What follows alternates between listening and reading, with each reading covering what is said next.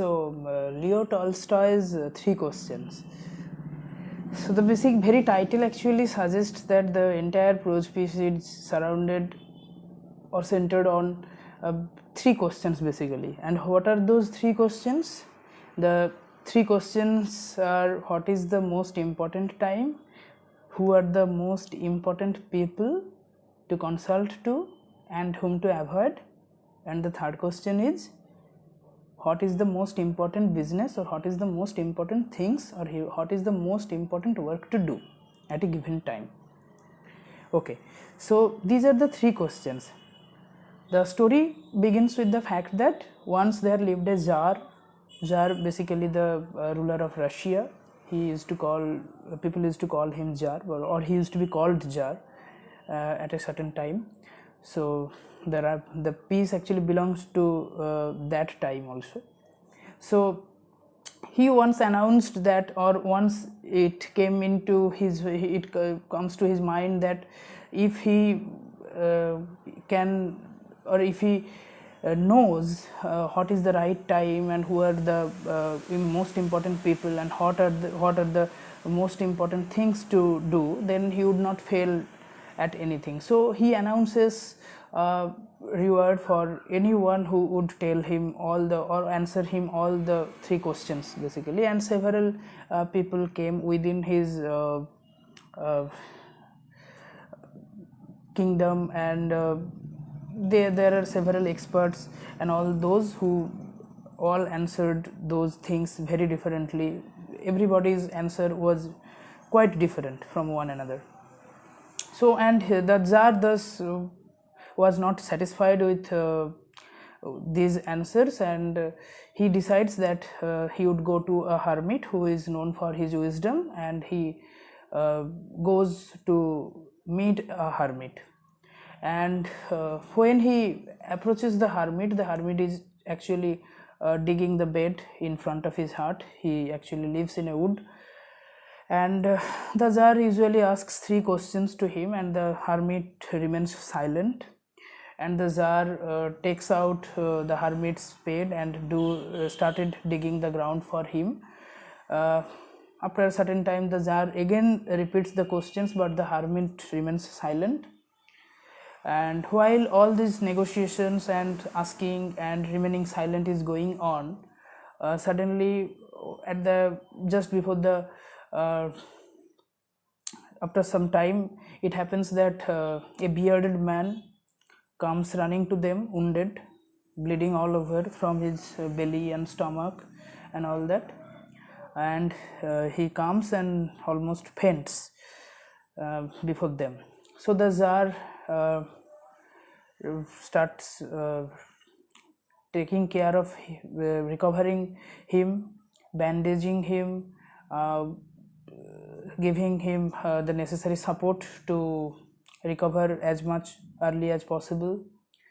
And this way the day passes and the night also passes, and in the morning when everybody is awake or starting to be awake, the wounded strange man actually asks the Tsar his forgiveness, and the Tsar is surprised because he doesn't know the cause. And then he reveals the wounded man actually he gets recovered by morning, and he says that he is the enemy of the Tsar, whose property and his brother's life actually get overtaken by the Tsar,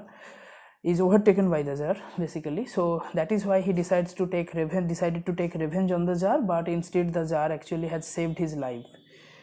And the Tsar is extremely glad at hearing these things, and he assures him that, or promises him that, his property will get restored and all that. And he also is very happy to make peace with him. And then he leaves. The wounded man actually, the recovered wounded man, the strange bearded man, he actually leaves the scene. And the Tsar again comes to the hermit and again repeats the questions before leaving the hermit's house or hermit's hut. And the hermit says that very calmly that the Tsar has already been answered.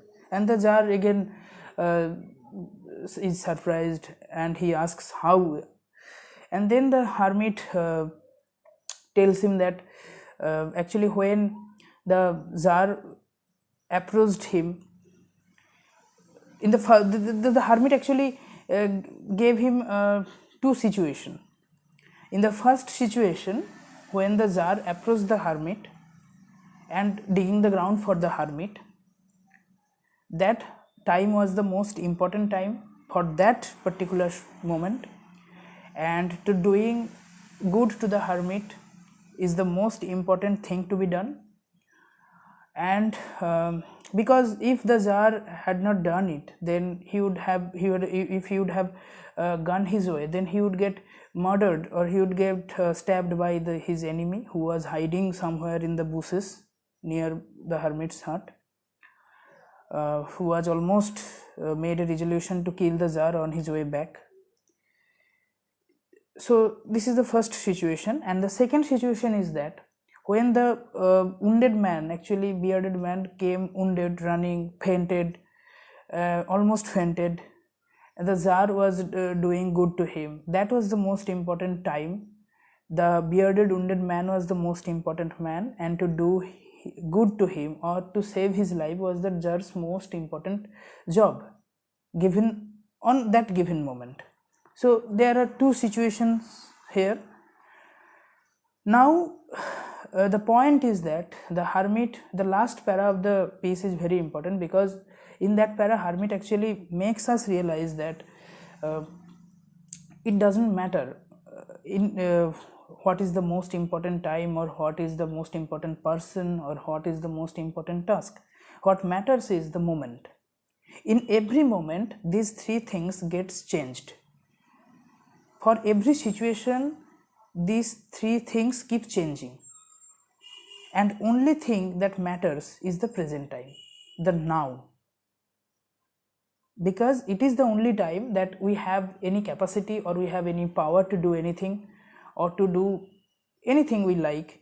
Because if there are two persons, for example Mr. X and Mr. Y, Mr. X is doing good to Mr. Y or vice versa, because, and they should do good to each other, because they don't know whether at the very next moment or in life, future, ever they will meet each other or not. And the conclusion we arrive at is the fact that for this purpose only, to do good to any human beings when you are at with him, to do good to him or her is the man's sole purpose on planet Earth. And for this purpose alone, God has sent man to this world. So that is the conclusion. That is how the three questions get answered, and that is how we come to realize that basically the present time is the most important time, and we must make the most out of it. Okay.